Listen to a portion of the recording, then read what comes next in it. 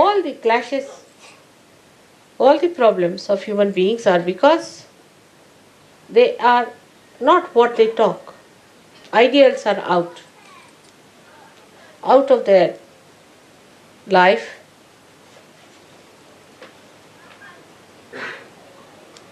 That is how a Sahaj Yogi will show himself up compared to anybody else. Take an example, say, of Abraham Lincoln. All right? Abraham Lincoln believed that everybody must have freedom and the government should be for the public, for the people. Whatever he taught, he practiced it.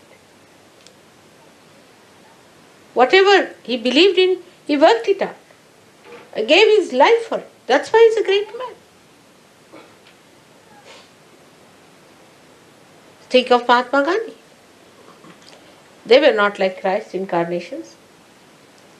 Think of any great man. Think of Shivaji Maharaj. Any one of the saints. They were human beings. But once they knew this is the principle on which we have to live, they become one with the principles. They do not compromise.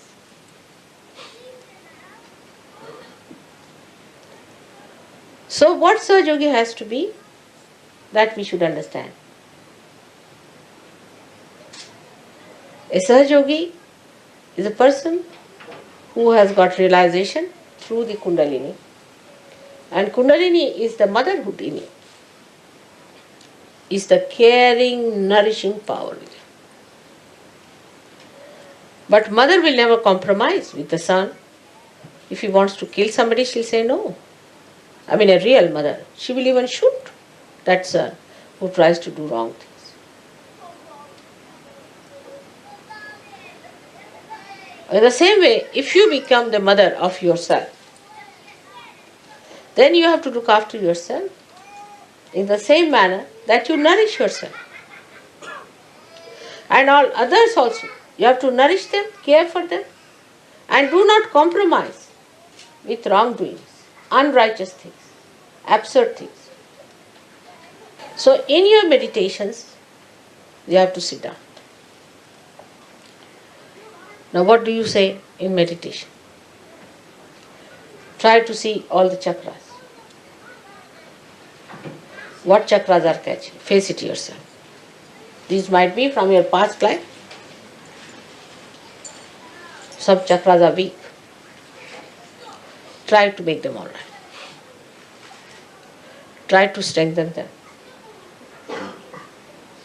Because ideals have to be worked out, the instrument has to be all right. If the instrument is a crazy one, how will you do?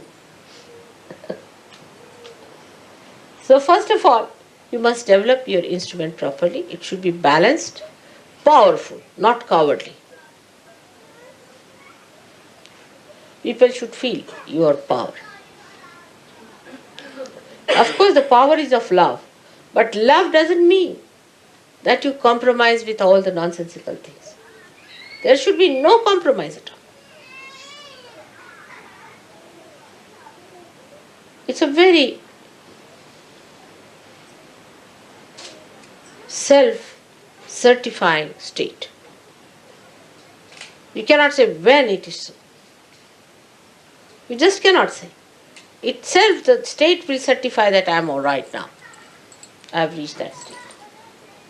You cannot say after 5 hours, 3 minutes, 2 seconds, you will become that. You just mature and you see that maturity within you.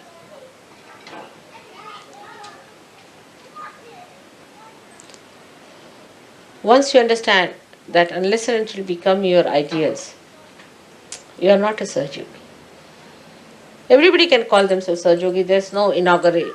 We don't have any sort of a inauguration of a university where people can come and get their degrees and diplomas. All right, you are certified twice born. There are some who are several times twice born. They are twice born today, tomorrow they are not. Then again they come twice born, again twice born. Some of them can be 108 times twice born in surgery. And even then they are not certified. So you have to give yourself a certificate. There is no university to do that. You have to understand yourself. What are your problems? Why you are behaving like that?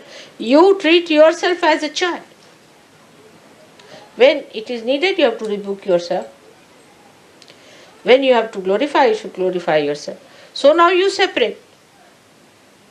You become the mother, the spirit is the mother, and you, whatever you are, which has to grow, is the child. Mother is the ideal. She is the inspiration. She is the power.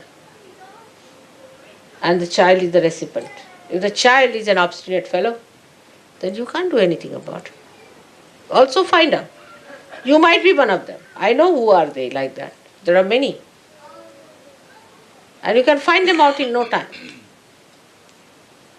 Obstinate fellows, if they live with 10 people, suddenly we hear reports of their existence. They are quite eloquent. Even if they are not talking a word, people can tell you, I had a fight with such and such. That person said such and such thing to me. That person was so cruel to me. That person demanded this. You know which person it is, where. You see, as diamond can be made out, thorns can be made out also anytime you go near the thorn, anyone. Without exception, it will bite everyone. It is not going to spare, it's a thorn. So thorn has to be a thorn. But if you are a Sahajogi, you have to be a flower. And a strong flower. And an eternal flower that always grows, does not fade. Always growing, never fades. Such a flower you have to be. Then you will be surprised that you do not get into a trip of ego, neither you go into a complete collapse of super-ego. So much you know that any one of you can be called as a scholar, I can tell you. I mean, so many times people have asked me, are they all scholars that you have, your disciples? You know so much, much more than any saint ever knew, I can assure. But you know only in the brain, outside. It's all blah, blah, blah. It comes to the brain, you use it to show off to others, and finished. It doesn't even settle down there. Then how will it go to the heart? So everybody is talking big. They can impress people. I mean, if some journalists come here, they'll be so impressed by the Sahajogis. So many wise men in England sitting down here. But you laugh at yourself. You have known all this because I've been speaking too much. Also, the spirit is shining.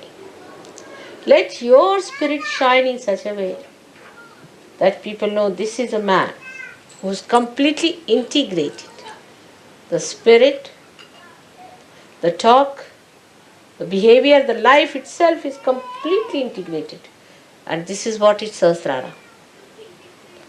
So if there is no integration, you have not achieved your Sahasrara.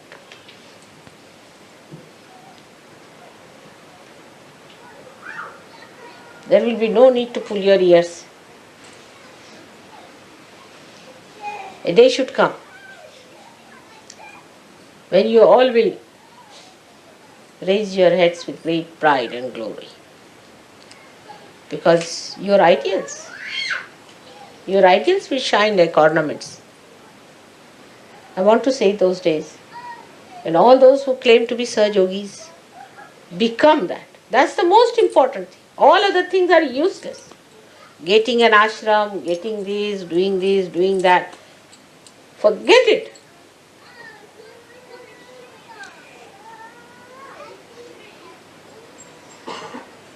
What you have to manage is this child which has to grow, who is still naughty, sometimes tries to misbehave. Now put it right. You give it a name. You call yourself a Sahajogi, and that child as Mr. X, Mr. Y, whatever your name has been. And always try to tell. Now will you behave yourself? Get up in the morning. Have your bath. Sit down for meditation. They feel lazy. The child says, I can't. Then you accept the child. Then the child will become the mother and you will be losing your powers. Excuses.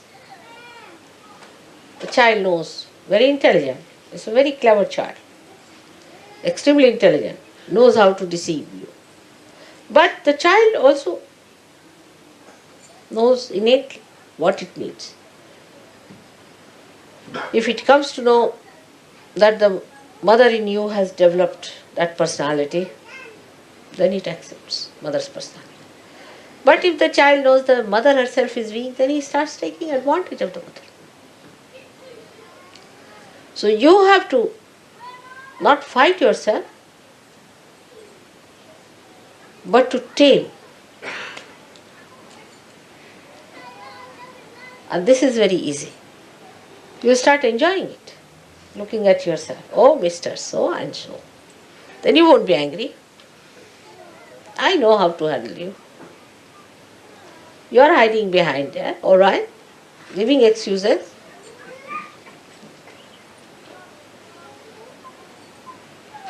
And the child grows big. So big that mother sees that and is amazed. Like in Sri Krishna's childhood. The mother was Yashoda. And the child was Sri Krishna. It's very symbolic. And he used to play very naughty tricks. And she said, you went and ate that mud from there. I know you have eaten. He said, how can I eat? How can I? I can't even go out of the house. I'm sitting down here. Where is the mud? How can I eat? You did eat. I know you have eaten. So, better show me your mouth. He says, really? And then the mouth opens and the complete Vishwaswarupa. Complete vision of the whole Vishwa she sees. And the mother falls at his feet. That's what it should be. This mother has to fall at the feet of the child that has grown.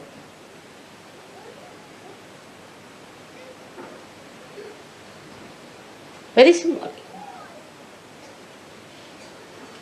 That is how you have to grow into that Vishwaswarupa, into that collective being, into that Virata.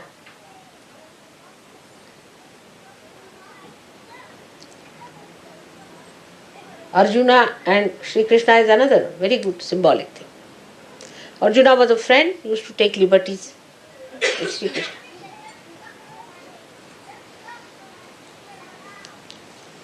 Sri Krishna tried to tell him